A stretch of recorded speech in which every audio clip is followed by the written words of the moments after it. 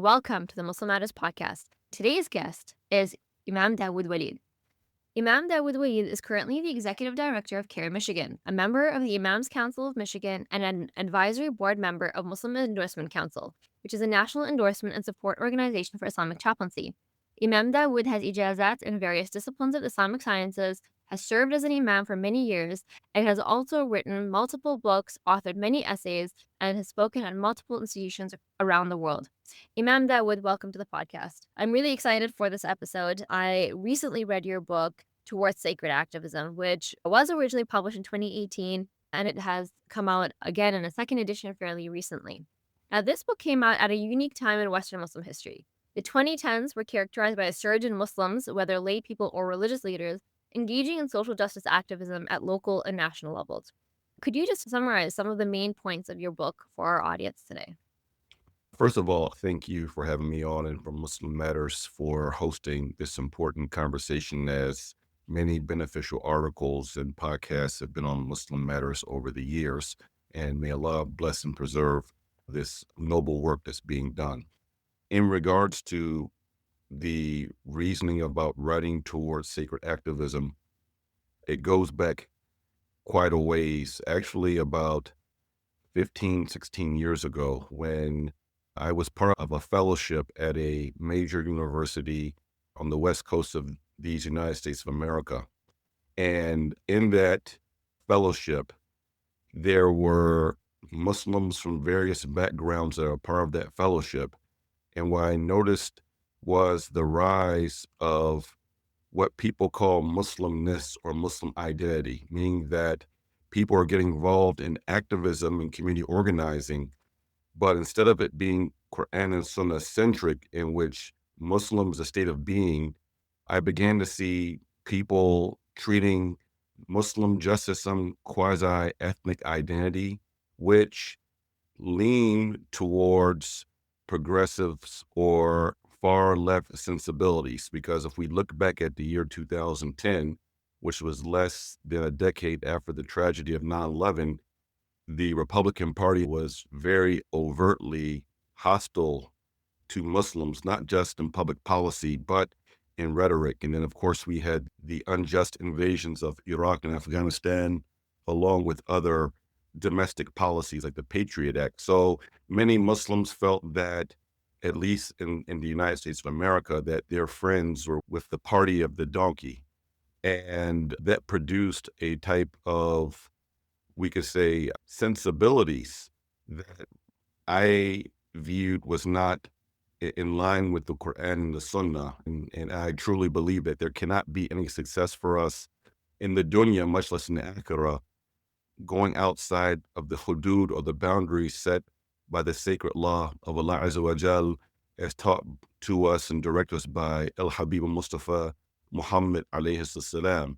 So that's the origin of the book. What I want to do in the book, and I attempt to do in the book, starting with the asking my mentor, Imam Zayd Shakir Hafidhullah Ta'ala, to write the foreword to the book, was to reset Muslims' heart set.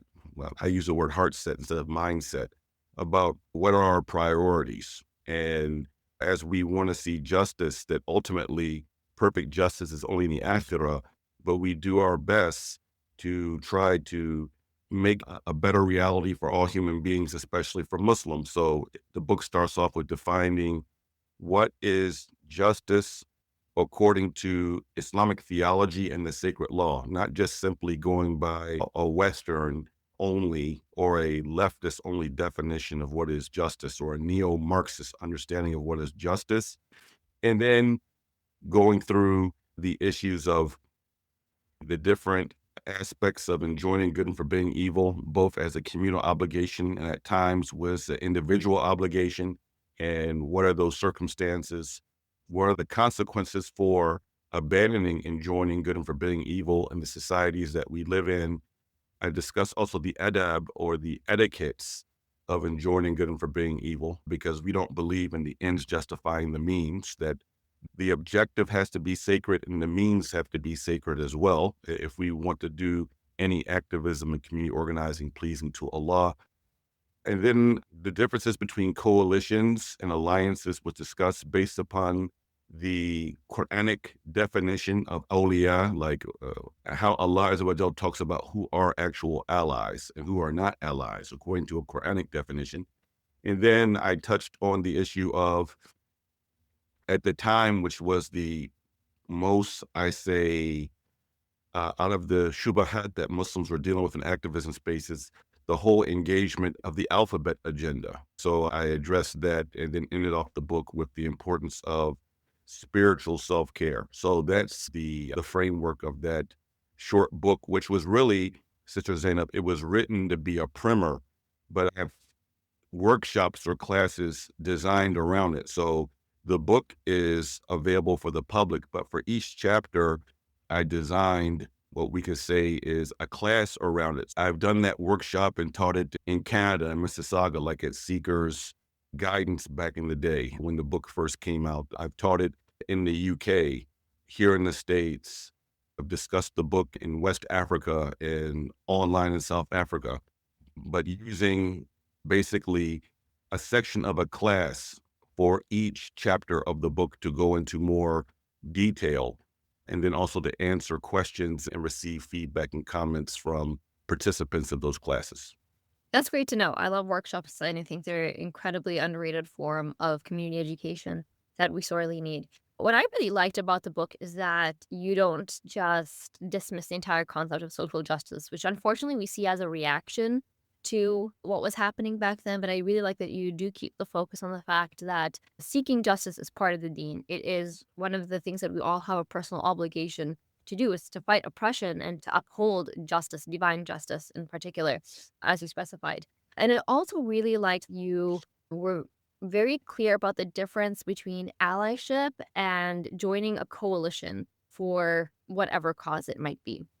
And I appreciate the way that you emphasize that when the goals of a cause are something that align with our Islamic ethics, that's something that we should be doing. And you give the example of Rasulullah Sallallahu Alaihi Wasallam talking about Hilf al-Fudul, which was the pact to uphold justice in the time of Jahiliyyah.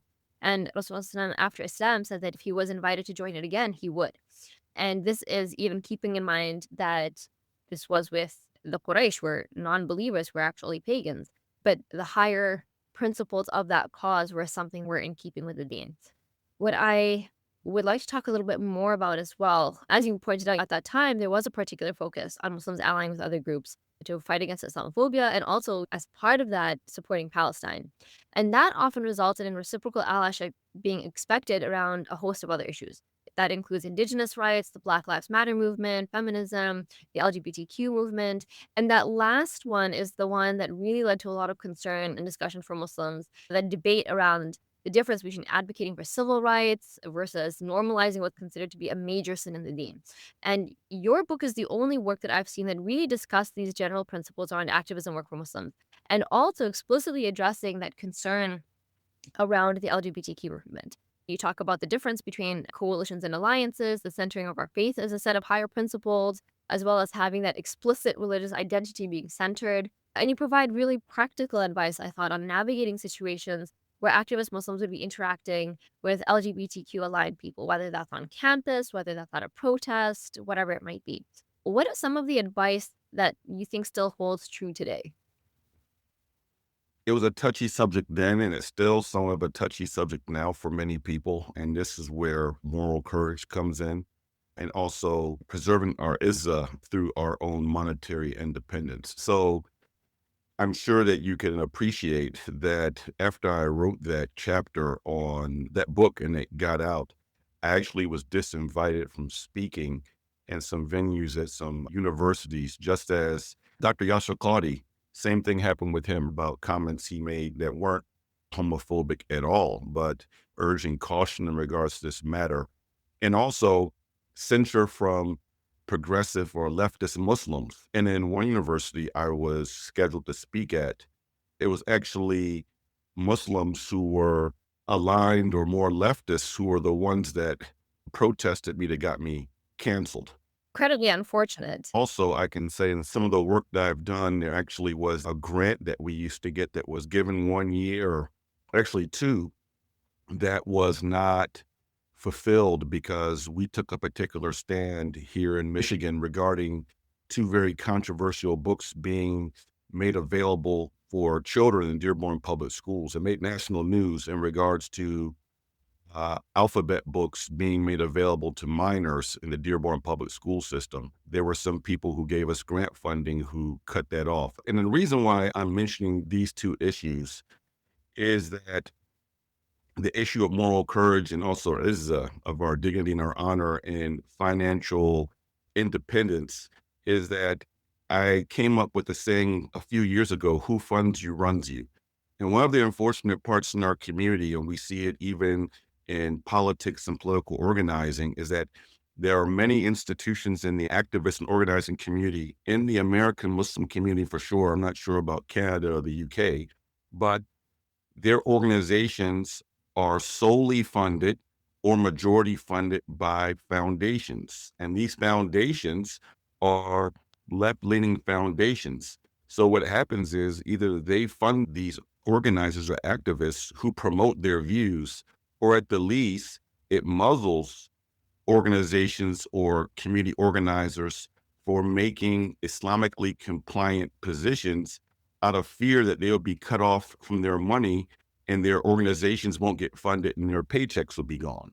And this is why I say that before we give our support to activists in the community, I don't care how big they are or if they led some sort of national movement or whatever, we need to investigate who funds them. And I think this is a very serious issue that has been neglected for a long time. And actually, I'm glad that here in Michigan, we don't get any money from these, from a left-leaning foundation or a right-leaning foundation, because we need to stay independent. And there's ishara towards this in the authentic sunnah of the prophet that the hand that's upper, meaning the hand that gives, is better than the hand that is out begging. We want to keep our independence, and we don't want to feel like we are beholden to individuals who want us to promote. It's not just that, it's a whole series of issues. It's just not the alphabet one alone. It's saying that sex work is real work, where people are trying to decriminalize prostitution. And the current mayor of New York, who's Muslim, he supports decriminalization of prostitution, for instance. It is not having any restrictions on abortion in second or third term without addressing the overwhelming reason why people get abortions. It's not because of sexual assault or incest. It's because of zina, which is the primary reason for abortions in America. There's a whole laundry list. Decriminalization of drugs. It's not just the alphabet agenda. It's a whole thing wrapped up. So what you'll see is that Muslims who align with people, and they may be pro-Palestine, but at the same time, these same activists are getting Muslims to advance things that are literally accursed by Allah, where literally the Quran and off the speech of the prophet literally have pronounced Latna over these things. So there's no success in advancing anything that Allah and his messenger have cursed.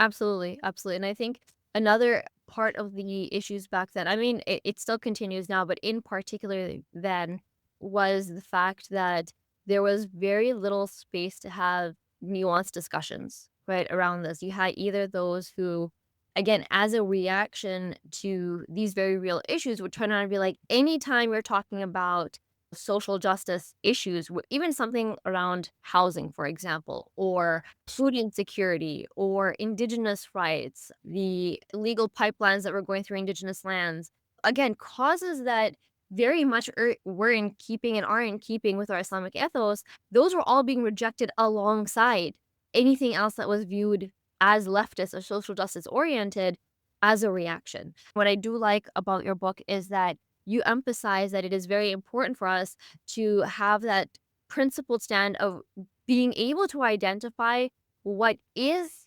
a cause that we stand for, what are causes of justice that are important for us to be a part of, and those things that which we are not aligned with at all, and which, as you said, are major sins, which incur the wrath of Allah, so on and so forth. And it's that nuance that I really appreciated, because it felt back then that there was just no place for that nuance. The far left was basically saying, if you don't completely stand with us on all of these causes, you're no better than a far right conservative. And then on the flip side, you had the far-right conservatives and unfortunately Muslims who allied with them say all of this is wrong. All of this is lies. All of this is socialism. All of this is whatever. And it was just really hard to have principled conversations around these topics in the first place. And I would say like now more than ever, the pendulum has swung the other way. Now we see, especially the Trump era, the first Trump elections and the second round of Trump elections, we see that there are far more religious Muslims, including like religious leadership, who are choosing to ally with the right-wing government, the right-wing movement in America. And again, initially we saw this as a response to the pro-LGBTQ movement, all the things that you brought up around like legislation, books in schools, celebrating Pride Week and Pride Month, all that kind of stuff. But at the same time, I think it's really important for us to recognize that even as certain types of Muslim leadership have been pushing for this increased allyship with the right wing, these same right wingers have been responsible for increased Islamophobia and actively targeting Muslims, especially with regards to Palestine post October 7th. Before that, even immigration laws, the Muslim bans under Trump, and more. And there are figures like Charlie Kirk and many others are on record saying just absolutely vile, blasphemous things about Rasulullah Sallallahu Alaihi Wasallam, like the Wow. very classic Islamophobic Orientalist blasphemy against Allah and His Messenger Sallallahu Alaihi Wasallam. And yet, we have Muslims making excuses for them and saying that it's important for us to keep establishing relationships with the right wing for the greater good. And meanwhile, we don't really have a concrete sense of what this greater good is. There tends to be just falling back on the leftist one and all of this, and that's so evil and going to lead to the destruction of society, which, yes, some of those causes were very much against our faith, but others were not. And again, that lack of nuance, that lack of awareness of the complexity of our faith. Like Islam is not right wing over left wing for that matter. And Muslims have really been struggling to comprehend this. Muslims are amongst those who have been specifically targeted by ICE. Right now, we're witnessing the Somali community being absolutely attacked because of Trump's latest hate-filled rants against them. We're seeing so many Muslims being direct victims of the right wing, and it's not just as an individual thing, it's a movement. I would say that Muslims have been very short-sighted and naive, to put it kindly, to believe that the same people who are turning around and talking about how they want us in concentration camps and how they want us dead are saying like, "Oh no, of course you guys have values that are like our values." And then they go on to like Fox News and say horrific things about Rasulullah Sallallahu Alaihi Wasallam.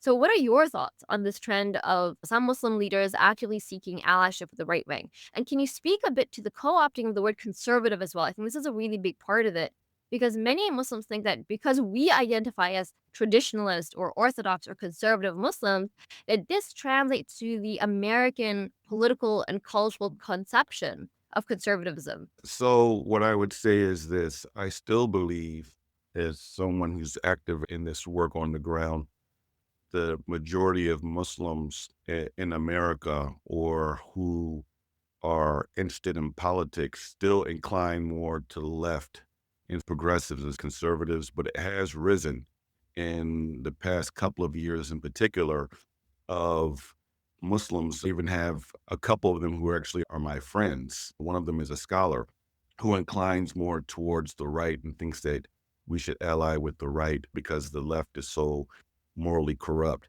I think at the basis of this is that we have a crisis of leadership and authority in our community. And for far too long, there has not been enough conversation and collaboration between those who are of the scholarly class and the mashayikh with those who are activists and on the ground. And people are talking at each other instead of with each other, and a lack of collaboration instead of coordination, I think, is really at the roots of these things. There's almost like a soft Cold War going on in the American Muslim community. It has for the last few years, and it came out during the last election. Like, as you mentioned, I live in Michigan, and in the cities of Dearborn and Dearborn Heights, which are majority Muslim, Dearborn and Dearborn Heights went to Trump. The mayor of Hamtramck, who's a Yemeni American, he came out and endorsed Trump, as well as one of the notable shuyukh there, who I know personally, who's a scholar, who's also a Yemeni American. He endorsed Trump on the stage. That made national news. and many people there voted for Trump. And some of the reasonings that you mentioned about the disrespect or some of the things that have taken place, they continue to make excuses for those on the far right we are prohibited to ally with anyone who mocks Rasulullah sallallahu alaihi wasallam. Like, we wouldn't ally with anyone who mocked our mother or mocked our father. And Rasulullah alayhi salam is supposed to be for the believers. It is more beloved to us than our own mothers and our own fathers. So it is a problem. There's something that's very fundamentally wrong with the current process of how we look at activism and organizing.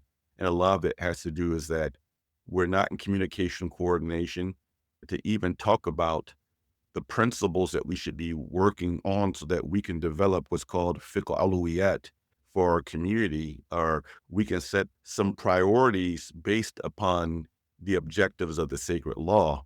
And so then people have become very tribal in their politics. I would also like to say that in regards to conservatism, and you mentioned that we are neither right nor left. And actually, Allah subhanahu wa ta'ala guides us about this in Rasulullah Sata, that most certainly we have made you a middle grounded community, and a hadith, Hasan li ghayrihi, that the best of matters are in the middle. And Imam Ghazali, in his book on Islamic ethics, Mizan al-Amal, he talks about this, about that the moderate ground that we're supposed to take is between excess of going too far to the right in relationship to sacred law, or having deficiency or having neglect in going to left in regards to the sacred law and not fulfilling what we should fulfill. And so we should neither see ourselves as aligned with the left or with conservatives. And I think what we can say is a cognitive issue for us, that we've been trapped in the political duopoly, that we have to say, if we're not with the party of the donkey, then we have to be with the party of the elephant. And by the way, just as a side note, it was like 3 years ago during Ramadan, and I was doing my reading of the Quran. And like, it struck me when I got to Surah Jum'ah that, just as a side note, it was like an indication to me clearly, though I didn't align with either party really, but the companions of each one of those elephants is dispraised in the Quran. You have the party of the elephant, and you have those who are compared to donkeys.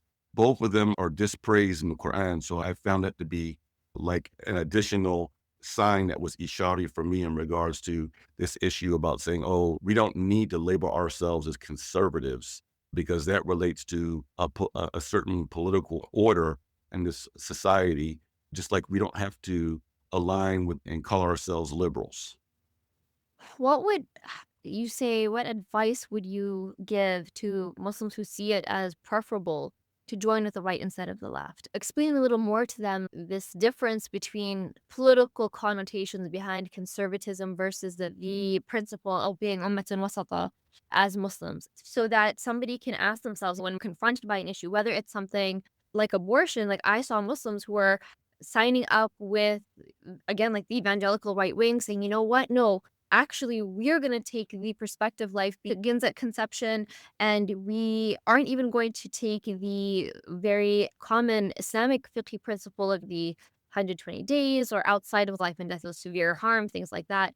They'd be like, no, because we've seen so much evil from the left wing advocating abortion at any time, at any stage, we are not going to go the opposite way because that's safer. That's better. That's keeping in line with the deen. And they say it's always better to go with the right wing because at least they believe in God. And personally, I find that very ironic, because the way that the Christian right believes in God is very different from ours. Like, number one, it's shirk. There's shirk on both sides. The far left usually has no belief in Allah at all, and the far right tends to be a certain type of evangelical Christian. There is a blind spot for the fact that you'll find from the Republican Party, the same people who talk about family values or traditional values are often those who are pedophiles or are found to be rapists, sexual assaulters. Even ironically, I remember reading this quite a few times, that every time there's a Republican convention, the downloads and the searches on gay apps like skyrockets. And you have a lot of political scandals around these far-right figures who are actually secretly homosexual and engaging in these homosexual relationships. And yet there's very much a blind eye towards that. Whereas I personally believe that we need to be extremely cautious with both the far right and the far left, with the right wing and the left wing, because we aren't meant to be co-opted by either of them. We are supposed to be our own group, our own ummah. We are supposed to be moral leaders ourselves and not simply allowing ourselves to be pulled in by the false promises of either group. So, what advice do you have for Muslims who might think that whatever the situation is, right or left, you're always going to go right? Yeah, so you gave an example, so I want to address that and then go back to some principles in answering your question. But you mentioned abortion. In the Maliki madhab, actually, and by the way, all of the fuqaha say that if it's to save a woman's life, that abortion is lawful because the life of the born takes precedence over the life of the unborn. But in the Maliki madhab, actually, once there is conception, it is close to the Catholic position, just for clarification. And we have our differences of opinion within our Right, community. right. And so people, and I studied the Maliki tradition. So I'm saying, just as I don't think that people have to give up their position just to conform with the majority position on an issue of theology or fiqh.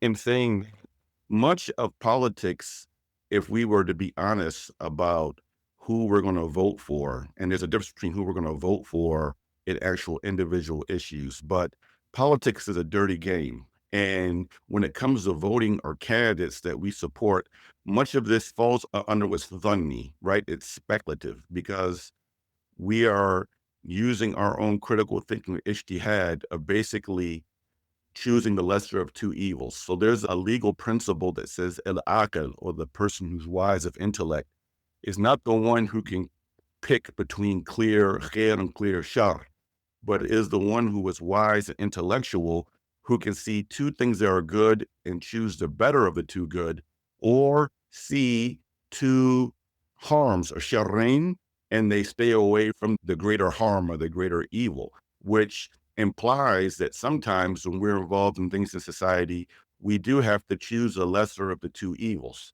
And when it comes to who we are supporting on these issues, I think that it is possible for us to support particular candidates, even though they hold problematic positions, but we have to be clear on our fiqh alawiyat, like on our priorities and also the objectives of the sacred law. So it could be very well that in one's local elections, someone votes for a conservative or Republican because they have a concern about public safety and, let's say, a school curriculum. And they feel that based upon that or fiscal responsibility, that they would vote for a Republican. And then for another race, on a state level race or federal, maybe they would vote for someone who's a liberal or so-called progressive. But this takes us being clear on certain principles and being committed to principles over personalities and parties.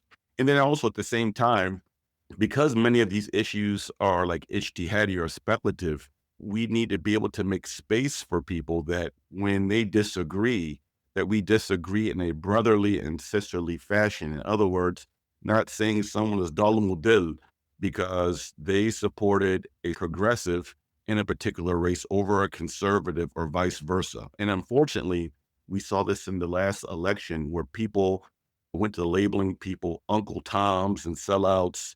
And for instance, we all care about Palestine. It's okay for us to disagree on like the means of how we would want to support Palestinian people. And that's just one example. There were some people who were like, oh, it's an all or nothing situation. We can't vote for this particular person because they voted this way. All of those people, both parties support the Zionist regime at the core. Even some people like Bernie Sanders, who Arab Americans were calling him Ammo Bernie, which I found to be very, even I know some people did a Khatm Quran, which Oh, Lord. disgusting, asking for shifa and victory for Ammo Bernie. I'm like, I talked to one of the organizers. I said, did you make dua for him to be guided to Islam? Because Bernie Sanders is a mulhid. He's an atheist, right? And so it's like we get so caught up in these labels that we forget our principles. So I think that at times it would make sense perhaps to vote for a conservative on a local election, and maybe on a federal level, you're voting for someone else, or maybe you vote third party, Green Party, or sit it out and don't vote for anyone because you don't see any clear lesser of two harms. Both of them could be viewed that the sharrain are equal in their harm. And the safest position would be to not to vote for anyone in that particular race, only vote for a local candidate. But this takes nuance and for us to have discussions, but we need to have a level of amongst ourselves and not be so harsh with each other when we're talking about activism and political organizing. That's my belief, and Allah knows best. Yeah, I think the political bit is particularly sticky given the American political climate. I'm Canadian. I've got a different situation over here that we're contending with, but everybody gets sucked into the American political and culture war. So here we are. Let me say something very clear. We also need to have humility to admit when we're wrong or we can change positions. This is what Toba is about in Tawadu, humility. So I'll give you a prime example. I was one of those imams in America who held the position of abandon Biden and then abandon Harris, right? Because I felt that we need to send a message that the Democratic Party could not take the Muslim vote for granted, and that we know that Trump was harmful, but we survived the first Trump term.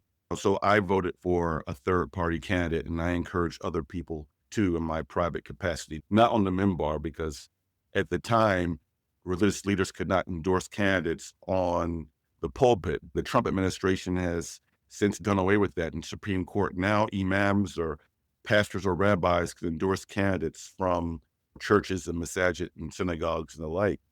But in retrospect, Trump is actually worse this term and doing more harm to the society and to Muslims in his first term. And when I had the position that there were no lesser of two evils, that was my own ijtihad. And I am admitting right here on this Muslim Matters podcast that it is apparent that Trump was and is a greater harm. He's a greater shar than Kamala Harris. And I did my best and join other leaders, mashayikh, and also activists that abandoned Harris. But some of the things that are going on right now, from Americans being shot by ICE and Border Patrol, the terrorizing the Somali community, the increased support for the Zionist regime, kidnapping and abducting heads of state, talking about taking over Greenland, wanting to make Canada the 51st state, and some of these other things, which are horrible. Supporting proxy wars in other places, such as in Yemen. We look at the Biden administration, as bad as it was. This is much worse. And so I'm just saying that I use my own ijtihad, but I'm like confessing right here on this podcast that I made an error in that calculation. I really appreciate that you are willing and honest enough to make that acknowledgement publicly. And I hope that other people are able to come to this conclusion as well. I didn't vote for Trump, to be clear, like some of the other pro-Trump Muslims. I just want to be clear on that. I Good enough, good endorsed the enough. Green Party. I didn't join my brothers in Hamtramck and Dearborn Heights, and I didn't meet Trump and have menaqish with him in shawarma. Honestly, like I do understand that for Muslims in America, there is a very fraught situation.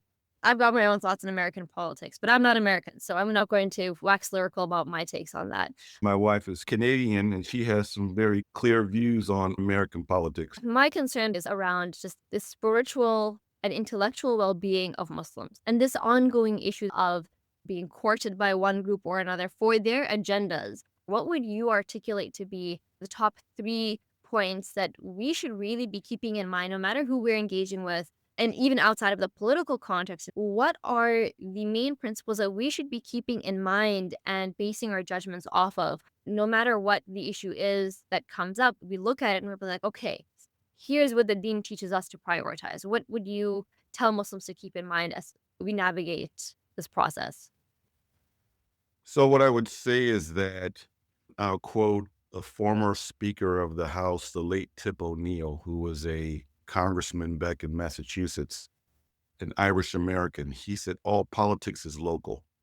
And, it's okay for us to have some disagreements in regards to some local priorities, I know it's a cliche, but unity does not equal uniformity.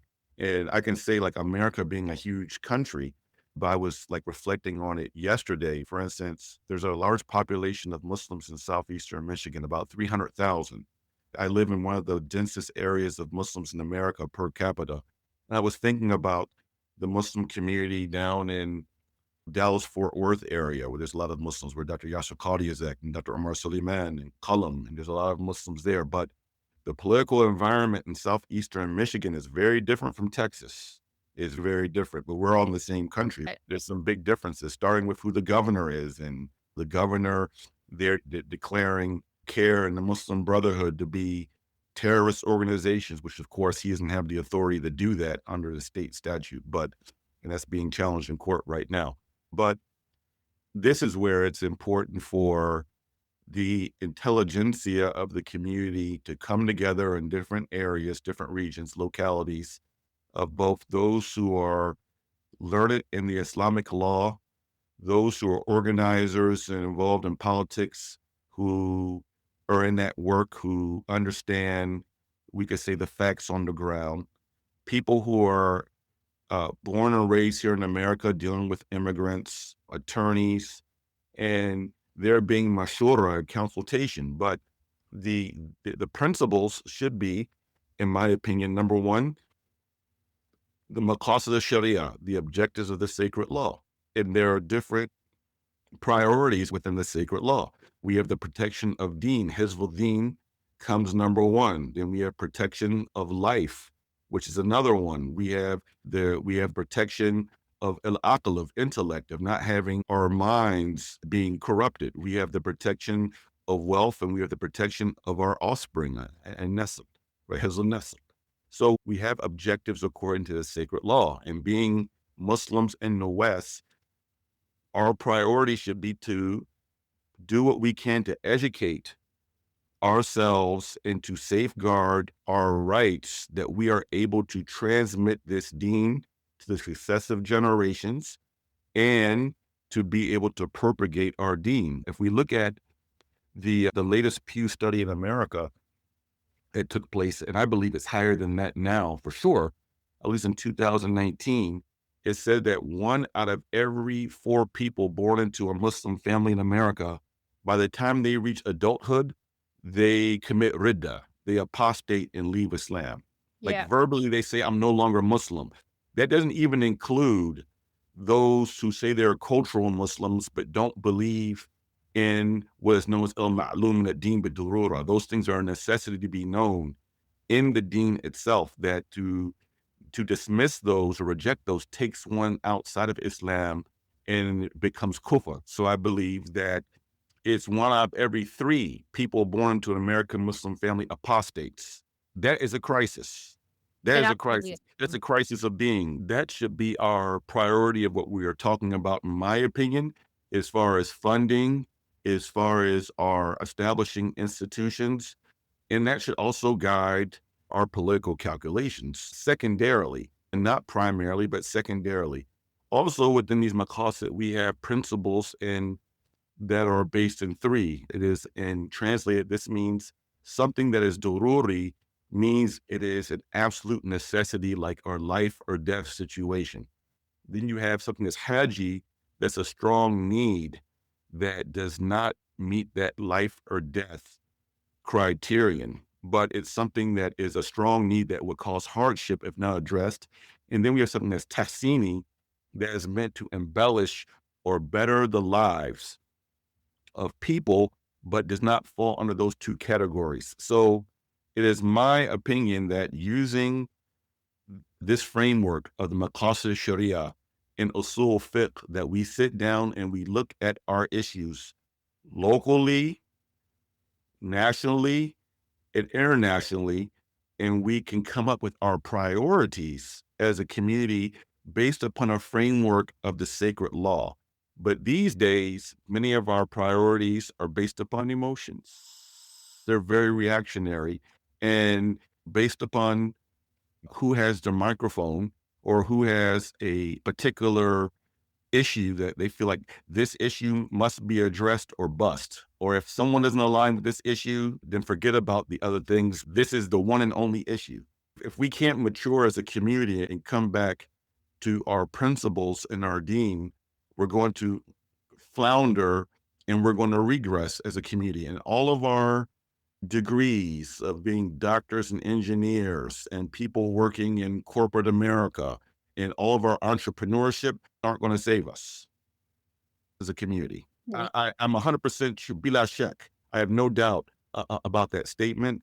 I believe that the time we are in now is pivotal, but is a time of great opportunity. I can tell you in America, people have lost hope in all institutions. They don't trust the media, which why podcasting is increased so much. They don't trust mainstream media. They don't trust the political parties, even if they like individual politicians. They don't even trust their churches anymore. They don't trust their civic organizations. They definitely don't trust the jobs that they work for that used to offer them pensions. And now you can work somewhere for 19 years and they just give you a pink slip. They don't trust those institutions anymore. So Americans have basically lost hope in all of its civil institutions. And this is a time where we can invite them to something to give them hope. Like, I think this is the best time for dawah that I've seen in my lifetime in America right now. But in order for us to do that, we have to see ourselves as a people of mission and not be so defensive and act like we have to be underneath everyone else's umbrella, or that we're just short-sighted and say, oh, to heck with the society. We just need to focus on this one particular issue. If we can come to some sort of, we will never get majority, but if we can get some sort of mass of Muslims in America, let's say even 25%, who can come together and agree on certain principles. It's the same thing for Canada, the UK, Australia. If we can get even 25% to agree on certain principles that we can move forward on, then I believe, inshallah, we can have some major impact, bi'idhnillah ta'ala, in our communities. Inshallah. And I think we underestimate how much we have to draw from in our own history, from the seerah first and foremost. That's the most striking and pertinent example of how Allah took a small group of people and from being the most oppressed in the land, becoming those who, alhamdulillah, were able to rule a significant portion of the world with justice and in accordance to his principles. And we have so many other examples of Muslim movements throughout history that emerged from incredible oppression, and yet by holding fast to their faith and having the willingness to engage in difficult conversations and having the commitment and the himma to really dedicate themselves to the work of building themselves up as Muslim communities to enact great change, to build towards something much bigger and more successful. And I think that we really need to turn back towards a history of ours and learn the lessons that we have to draw from to be able to put this into practice in the West, inshallah. What would your last piece of advice be for Muslims in the West on avoiding being co-opted, but also being involved in social and political change for the sake of Allah? I think the most important advice that I would give for that is 2 points, conjoined or connected. The first one is truth is unified, but there is hierarchy as far as knowledge. And the most important knowledge that we can have is the knowledge through the guidance of the Quran and the authentic, widely transmitted sunnah of the Prophet sallallahu alaihi wasallam, because this is how we understand objective truth versus that which is subjective. So studying the Islamic sciences, Islamic law should not simply be the purview for only a special class of people. I believe that everyone who is involved in activism and community organizing should have a basic level of literacy in usul fiqh and the Islamic law. This is number one. And so we need to raise the bar on this. It just can't be only a handful of people who are involved in this work that have actually studied this ilm. The scholars are the inheritors of the prophets, and those of us who are involved in organizing and activists, we have to sit at the feet of those inheritors of the prophetic legacy. And we just don't get that on our own just by cherry picking an ayah, Quran, a hadith to and try to plug that into a far left or far right political platform or dispensation. That's number one. Number two is that Dr. Sherman Abdul Hakim Jackson, one of our mentors, he teaches at University of Southern California, and he studied in Egypt, African American academic and intellectual. He always says that hard work is the hard work. And the reality of it is that we all have to focus on our hearts and also sit with people who are people of tazkiyatun nafs, to work on emptying out blameworthy traits or emptying out those things that are seen demerits from within inside of ourselves, to then that we can adorn ourselves with praiseworthy traits, because we cannot move forward as a community where we have a bunch of nufus or egos running wild. And much of the reason why we cannot unite as a community is not because we don't see the political urgency or need to unite around certain pressing issues. It's because we can look at these pressing issues and say, oh, deportations of Somalis are wrong. Genocide in Palestine is wrong. What's taking place with Rohingya is wrong, et cetera, et cetera. But then it's our own diseased hearts that get in the way from us to be able to have mercy with each other and to cooperate with each other. And that's a problem of the heart. It's not a problem of the head. And this is, until we place more emphasis on this, then we're not going to make progress. And I point back to this last point, is that this is what helped give the Muslims success during the time of the First Crusade. And I've mentioned this often since the genocide in Gaza started, that in the First Crusade, when Jerusalem was taken over by the Crusaders, in 5 weeks, 70,000 people were killed, according to Ibn al-Athir. 70,000 people. Right now, that's more people that were killed in the first 5 weeks of this recent genocide. And the Crusaders didn't have bombs, and they didn't have Black Hawk helicopters and white phosphorus and cluster bombs. 70,000 people were killed. And Muslims could not pray in Masjid al-Aqsa for 98 years. Okay. How was it that those people who were slaughtered and humiliated, what did they do that they were able to get back Jerusalem during the time of Salahuddin? And this is when there was a great revival in Islam, and that there was a revival or tajdeed, and people being taught the science of the deen, and especially tazkiyatun nafs. And it said that in Salahuddin's army, about half of the people in his army were products of the school of Sheikh Abdul Qadir al-Jilani al-Hanbali, rahmatullahi alayhi. And the other half of those people, it said, that came through the system of education of Abu Hamid al-Ghazali. And you had a situation where a Kurdish man who was a leader of that army that was being followed by Arabs, Persians, and also Africans. Their hearts were purified and united, where even the Arab themselves didn't say, oh, I have to have an Arab to lead me. They followed a Kurdish man, and that was Salahuddin.